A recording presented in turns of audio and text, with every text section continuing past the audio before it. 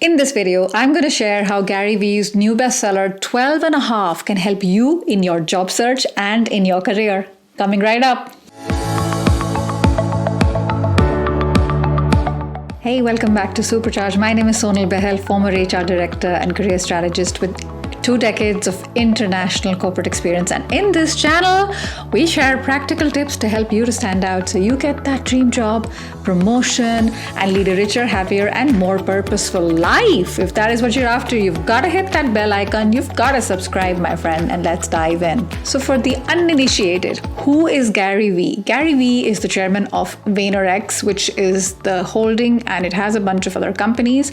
And in his words, Gary describes himself as the entrepreneur who is in the business of observing human behavior and also observing what it is the market is already doing and executing faster than most people. He is the one who's made early stage investments in Twitter, Facebook, Uber, Venmo, I don't know, probably a dozen more. So the point is, when Gary talks, people listen. And I have to say, I've read a couple of other books of his, namely Crushing It. And this book, 12 and a half, I have to say, is a breath of fresh air when it comes to important qualities and ingredients you need to be a successful leader and to be a successful person in business as well as in your career. Now, you have to see what else is out there. When it comes to business books, I've got to tell you, they tend to be a little bit boring, okay? Yes, I'm just gonna say it. I think barring a few exceptions, most business books tend to be a bit pedantic, and particularly when you see books on self-awareness and emotional intelligence, which is what this book is about, because we all think we are self-aware, we all think we are great communicators, and we all think we're emotionally extremely intelligent, right? The reason I like this is it's down to earth. It's not pedantic. Gary is not talking at us. He's talking with us. It's just, his style on social media. And the other reason I like it is there's a bunch of stories in there. I personally love stories. I love examples. That is when it hits home for me. Because if we don't have those, then like I said, I fall asleep because it feels like a boring, unengaged university lecture, which this book is certainly not. So I highly recommend that you check it out. So what is this book about? According to Gary, right? Business is art. I think it can be as beautiful as a symphony or a painting when executed properly. For it to ever have that place in society, we must realize how the 12 and a half emotional ingredients in this book can be the catalyst for success in business. And I will also argue they can also be the catalyst in success in business, career, and life. So what are these 12 and a half ingredients, and how can you apply them in your job search and in your career overall?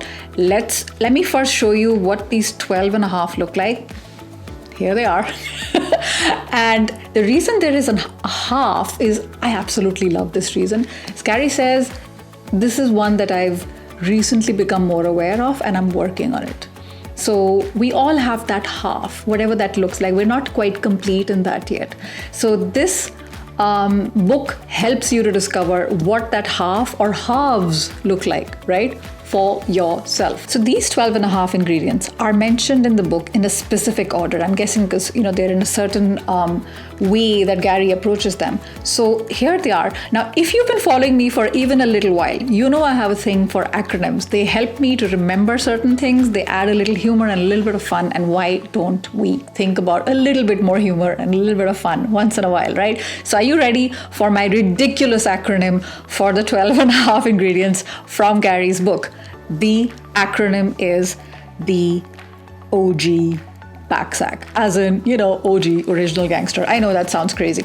Now let's get into the ingredients one by one according to the order in which they're mentioned in the book. The first one, surprise, surprise, is gratitude. And Gary talks about gratitude a lot. I'm not going to give everything away because I really want you to get the book and see this for yourself, because you're like getting into his mind for those few hours that you're reading the book, and you're getting it for a fraction of the cost, right?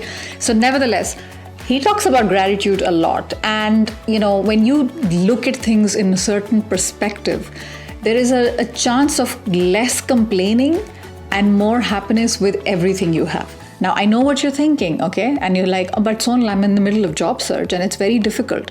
How can I be showing gratitude all the time when there is so much lacking? I get that. I hear you. I see you, right? This is one of the most hard things to practice when you've grown up with things that you take for granted, running water, food, you order it just literally, 2 minutes you order it and it's going to be there in half an hour. So he talks about certain exercises in the book that you can do. And I want to help you to apply this in a very specific scenario. And that scenario is during a negotiation process. I've mentioned this in my salary negotiation video, which a lot of you have already seen. And I've got, millions of lovely views and thousands of comments in there. And the one that surprised in that video to a lot of people was start off with a place of gratitude. Thank you so much for this offer. I know that this has not been easy. You had other candidates and it's, lots of layers and lots of balls in the air that you were juggling. I am so appreciative of your trust in me. I'm so grateful. Thank you so much. When you come from a place of gratitude and you come from a place of sincerely, thank you so much. You that tone of voice, you already won them over. Because most people, believe it or not, don't do that, right? So gratitude is one of those things that's free. It's cheap, in the sense that it doesn't cost you a lot to once in a while appreciate and be grateful to others, but also grateful for the things that you have that most people in the world can only dream of. And I also like that Gary defines every one of these ingredients according to the Oxford Dictionary. So here he describes gratitude, the quality of being thankful and the readiness to show appreciation for and to return kindness. So he says, be careful, because gratitude is not the same thing as complacent, right? You're not sort of just taking things for granted. Gratitude and ambition can peacefully coexist. We're going to talk about ambition in a little while, but this is a beautiful way to start the book and this video. The next one is self-awareness. And Gary brings up the definition from the dictionary as conscious knowledge of one's own character, feeling, motives, and desires. And he says if he were the FDA, for anybody outside the United States, FDA is the Federal Drug Administration, I think, the ones that look at all the medicines and approvals. He says if I were the FDA, this would be the first drug I would make available to everyone. Self-awareness. It is so rare and so useful to have this ingredient, emotional ingredient in your personal and professional life. And I think you can prioritize self-awareness through learning, through speaking with people and practicing. And one of my favorite ways to do this is learning how you interview, your interview style.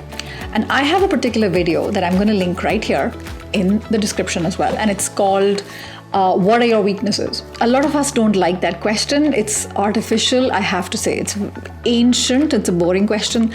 I call it butt questions, boring, unoriginal, traditional. Doesn't belong to the 21st century, but here we are. And when they bring this question up, I have this approach in that video. I talk about the FLAW approach, right? PHLAW. There we go, my little thing with acronyms. P is past weaknesses. H is hard skills, like, I have to do better at German, or I'm currently learning Scrum and I want to get better at Scrum. So it's something I'm weak at.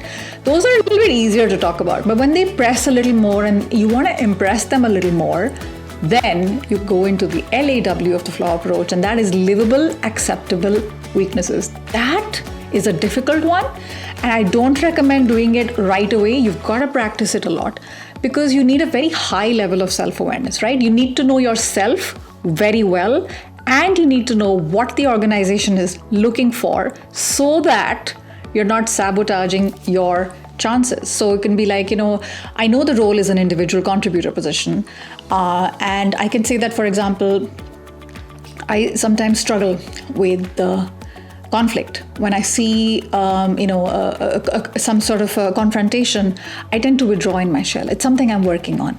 The fact that you're aware of it is already a great thing, my friend. Or for example, I have a little bit of a fear of public speaking. If you know the role doesn't require you to speak in front of hundreds of people, you can get away with it. So you need to know the position really well. You need to know yourself really well. And this is a way that you can apply the self-awareness part of Gary V's 13 emotional ingredients into your job search. The next one in the list of emotional ingredients is accountability. And this is how it's described in the dictionary. The fact or condition of being accountable and responsible, right? So it's like, it's my fault. You're not blaming others. You're saying, this is on me. I can do something to fix it. This is a slightly complicated one, my friends, because I remember talking about accountability during a podcast interview, as well as a YouTube video where I said, how do you deal with biases, right? There are going to be biases out there. Focus on what you can control and do that instead, and do that really, really well. Because no matter what you do, someone's going to have an opinion and they're going to think a certain way because of how you look, how you sound, what your background is, where you live, etc. So this can trigger, because you're like, yeah, but you don't understand. This is not my fault. I've been looking for 2 years. Times are really hard. I'm like, yeah, I get it. I've been through unemployment for longer than that, right? And I can tell you, accountability is the most bitter pill to swallow. I shared a particular post, and I'm going to put this on the screen right now. This was several months ago, I think over a year ago. And this one triggered a lot of people, because like, why are you not getting a job? And why are you really not getting a job? No one wants to be told that it's their fault. No one likes it. So it's not a question of blaming. It's a question of saying, what can I do to change this? What is it that I can control to ensure that I get the results that I am looking for? It's such a mindset shift when you're like, okay, whatever has happened has happened. I am in the driver's seat. I'm no longer in the passenger seat. So I'm going to stop complaining where the car is going. And trust me, I've been through a lot of bitter experiences, blaming everything, the system, the way, the government is, and they need these languages, and I have this international background, and why do I need to learn Dutch, etc. Forget it. What is it that I can control? That was a bitter pill for me to swallow. I remember when I worked with a coach to do that. So you've got to focus on anything and everything that you can control. The fourth ingredient is optimism. And here it's described as hopefulness and confidence about the future or the successful outcome of something. I think optimism is your superpower. And there's an article I wrote a couple of years ago on how I landed 5 job offers during a recession. And at the end of the article, my conclusion is, there's a write-up that I read called How Optimism Can Help Your Career. And I wrote, those who are aware of their inner game and have an indestructible positive outlook bounce back more easily from difficult situations. They are more resilient and keep doing great work towards the next opportunity. So no matter how difficult things look, you can't forget your destination, because the breakthrough you're looking for could be, a little bit further ahead, or it could be just around the corner. It doesn't matter. You've got to show up. You've got to put in the work. And optimistic people definitely have a better time during the journey, 100%. The next one is empathy. It's defined as the ability to understand and share the feelings of another. And Gary says, when you have empathy, you recognize why people behave the way they do. I'll give you a very, very simple example. There can be a lot of hate for a certain type of people, right? Particularly online, people just go nuts. It's like the inner demon just comes out and lashes out, and lots of trigger, lots of anger. I get it. Now, empathy would be understanding where that person is coming from. Not a lot of us express the desire or the time to do so. So I'll give you an example on LinkedIn. There's sometimes a lot of hate for recruiters. Like, they're ghosting me, they're not doing it well, or, I got rejected again. They're stupid people. And again, it doesn't help if you're not accountable, right? The accountability factor is low. So instead, you get rejected. You're like, listen, you tell the recruiter, thank you so much for taking the time to see me, and for the entire process. It was a great learning experience, and I think this is such a wonderful company to work for, and you guys were nothing but utter professionals. So if anything should change, just keep me in mind for the future. I mean, I'll come jump and be here in a heartbeat. I have two podcast guests, Nida Yunuskis and Brenda Pence, who applied these techniques long time ago in their career. And I'm not saying it changed like that. It took a little bit of time, but those companies, those recruiters remembered them and called them back, and they got even better jobs than they thought, than the ones they were rejected for. So what is my point here? Have empathy during rejection, no matter how hard it is. Obviously, follow up, stay in touch with them, but I really think empathy is another one of those superpowers that very, very few people have. The next on the list is kindness. So the quality of being friendly, generous, and considerate. And Gary says, make no mistake, kind person is not necessarily a pushover. That's not what he's talking about. Being kind, even when somebody else is not nice to you, that is not easy, my friends, right? So one example can be, during your career, right? Let's say you're in a position where you have to give someone feedback. One thing you hear a lot from people is, can I be brutally honest with you? Have you noticed that when they say that, it's going to be more brutal than honest? So this is a little hard to do. So kind, and this is the 13th ingredient, and we're going to come to that, and that's what Gary calls kind candor. But kindness, no matter what, it shows a little bit as well on how you've been brought up with values, that you treat everyone really well. It doesn't matter if they are the janitor or if they are the CEO. That's kindness. And it's not selective kindness, if you know what I mean. A lot of people are kind when the camera is on, or someone's watching. I think universal kindness will help you a lot and take you far in your career. And I really think kindness is a strength, not a weakness, because you'll hear people say, no, you're too nice. No, you're too kind. I don't think you can be too kind. Number 7, tenacity. Quality or fact of being very determined and complete determination. What tenacity is not is burnout. So Gary says, I enjoy the process so much that I'm able to push through what others normally view as obstacles along the way. It's that not giving up kind of resilience, right? It's tenacious. Now, there are things that you've done and experiences that you've had where you've been absolutely tenacious. Dig up a little bit of those from the past, weave them into your career stories, and talk about them during interviews, because a tenacious candidate is so attractive. I can't tell you this. This is so cool. Number 8 is curiosity. And I have to say, I think this is my favorite one. Curiosity, a strong desire to know or learn something. I released this video some time ago, and it was a huge success and resonated with many people who just don't like the thought of networking, and it feels very icky. This is a great example of how you can use one of these emotional ingredients into your own career, and specifically in networking. Now, whether you enjoy networking or not doesn't really matter. This particular tip is about coming from a place of curiosity and not from confirmation. So an example, you meet someone for the first time, and they're currently between jobs, right? And you meet them and you're like, in your head, you're thinking, okay, this is not a very useful person for me right now because I'm also looking for a job. So I'm just going to move on and meet someone else.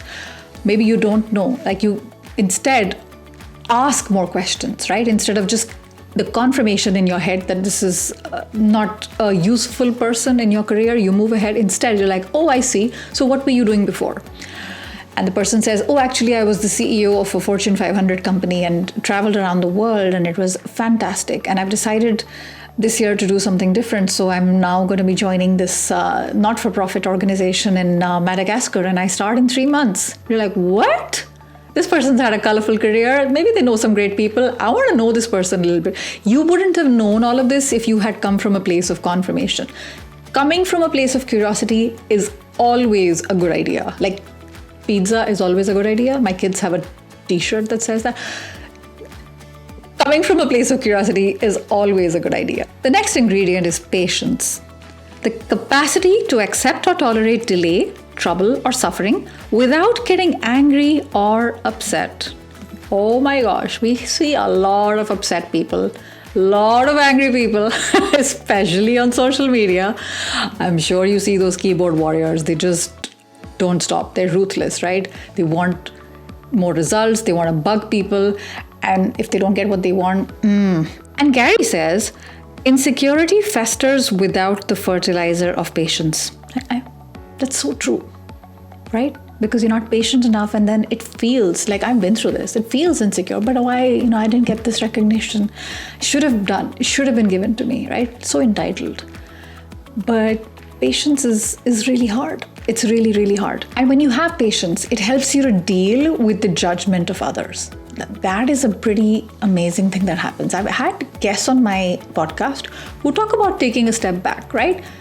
Lower salary, a lower ranking role, because they said, I'm more interested in the long game. That requires vision and patience, and that is not that common to see. So if you're convinced that the promotion should have been yours and it isn't, you can always ask, right? You can always say, you tell your boss, in 2024, I see myself as a director, and I hope you agree with me. And what are some of the things that I can do to ensure that I get those type of roles? So that is a great place to start. That comes from a place of understanding, learning, curiosity, and patience. Instead, if it's already December 2023 and you're like, why didn't I get my promotion? The person's blindsided as well, right? So make a plan, have patience, work hard, stick it out, and it's going to happen. Number 10 is conviction. A firmly held belief or opinion. And Gary says, this is my North Star. I stay on track. I don't get easily swayed by other people's opinions. And how do you have a strong conviction? You read, you analyze, you see data, you see reports, you see insights, and you trust your gut, your instinct, your sixth sense, whatever you want to call it. And then, what if you're wrong? Sometimes you're wrong, you make the adjustments and you move on. So that is a great example that you can talk about when you have a job interview question of when things didn't go well. This is a great way to weave that story of how you had a certain conviction and you practiced it for quite some time. And then you realized, I need to think again. That's a great book by Adam Grant. I highly recommend it, by the way. And you're like, okay, actually, you know what? I was wrong. That takes a lot of maturity. I don't know many people out there who admit that they were wrong about something. And the ironic thing is, because they think they're not going to look good, the opposite happens in reality. When someone comes up and says, I actually had this belief for the longest time, it turns out actually I was wrong. They're so rare, that breed of people. There's enough research and data out there to prove that they are actually worthy of even more respect, and they win even more fans out there. Number 11 is humility. A modest or low view of one's importance. Humbleness. This is Gary V's least favorite definition. He says that in the book, and he gives us a different definition as well. And the thing is, he says you can't really sustain success without it. This is a particular quality. This is the ingredient that I am very attracted to when I am interviewing people. And when you come across the opposite of humility, when you come across arrogant, interview candidates, it's like, what are you looking for? What's your ideal role, etc.? I don't know. You called me, so you can see it in their body language, etc. The headhunter called. I didn't, apply to this role. So what is it that you got from me? What's going on? And they're sitting in their backyard. You're like, actually, you know what? No, thanks. I don't think this is going to be a great fit. I'm not saying go and beg or anything like that. No, absolutely not. Instead, I like Gary's new definition. A comfort in one's own understanding of one's position in the world. You're good at what you do, but you're not the only person in the world who can do that, right? It's important. That helps me if I one day, it's very rare. I have this giant head because someone gave this huge compliment. I'm like, oh, thank you. And humility helps just to keep us grounded, and because if you're going to be on your head in the clouds and you're walking, you're going to have accidents. And humility will ensure you don't get any serious accidents at all. We're coming close to the end. Number 12 is ambition. Strong desire to do or achieve something, typically requiring determination and hard work. Now, this is a very interesting one.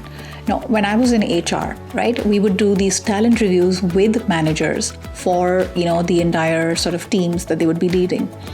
And you have this, 2x2, which is performance and potential. So on the x-axis, you have performance and potential, and the y-axis, you have performance.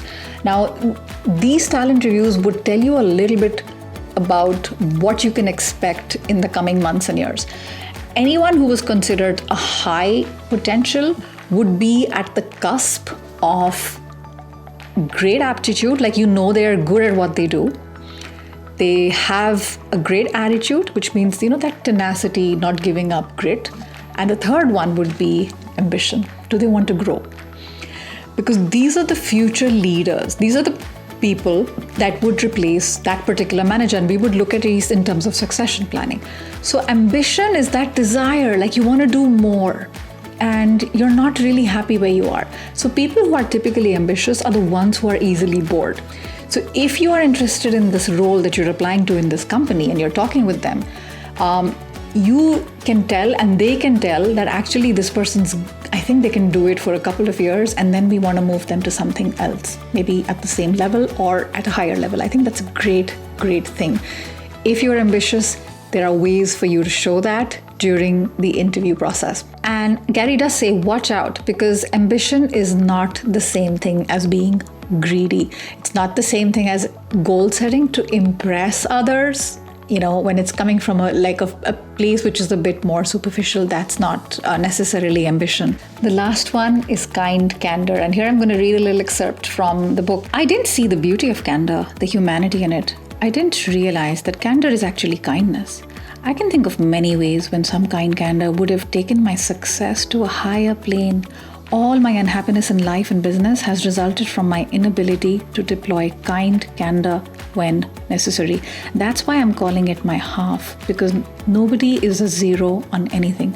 No matter how bad you think you are, the fact that you're even aware of a weakness or a gap has already started your process of becoming better at the underdeveloped skill. So in terms of candor, right, being forthcoming and honest when it comes to giving feedback, that he says is something he's working on.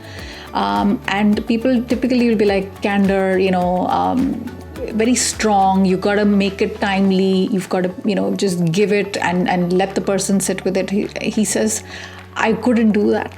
I just stayed away from it. And that's why he, talks about it in in detail in the book.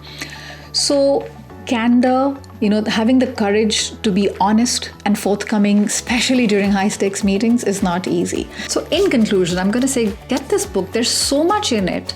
And every one of these 13 ingredients that Gary talks about, they need to be there. They cannot exist in silos. They work very closely together. And he shares a ton of stories on how these ingredients can actually come into practice in scenarios which are so relevant. They're so believable and relatable, because you'll be like, oh, that's me. That's actually something that's happened with me. And he's giving us basically the best coaching advice out there that can help us. And finally, I'm going to say, uncovering our own emotional ingredients is such a beautiful journey. It helps us uncover whatever unknown insecurities we have and live with more peace of mind. Who doesn't want that, right? So this is a little different as a video compared to other videos I've done. Did you like the style? Did you like me reviewing a book and, unpacking it in my own way to see how it can help you if you're actively in the middle of job search or in your career? Please give me a thumbs up. Put it in the comments what it is you liked about it. I'd love to know. And now, if you like this video, you will definitely love this video. You've got to subscribe. Just look at my little face in a circle, and I shall see you in the next video. Thank you so much for watching. Keep dreaming, keep believing, keep supercharging. You got this.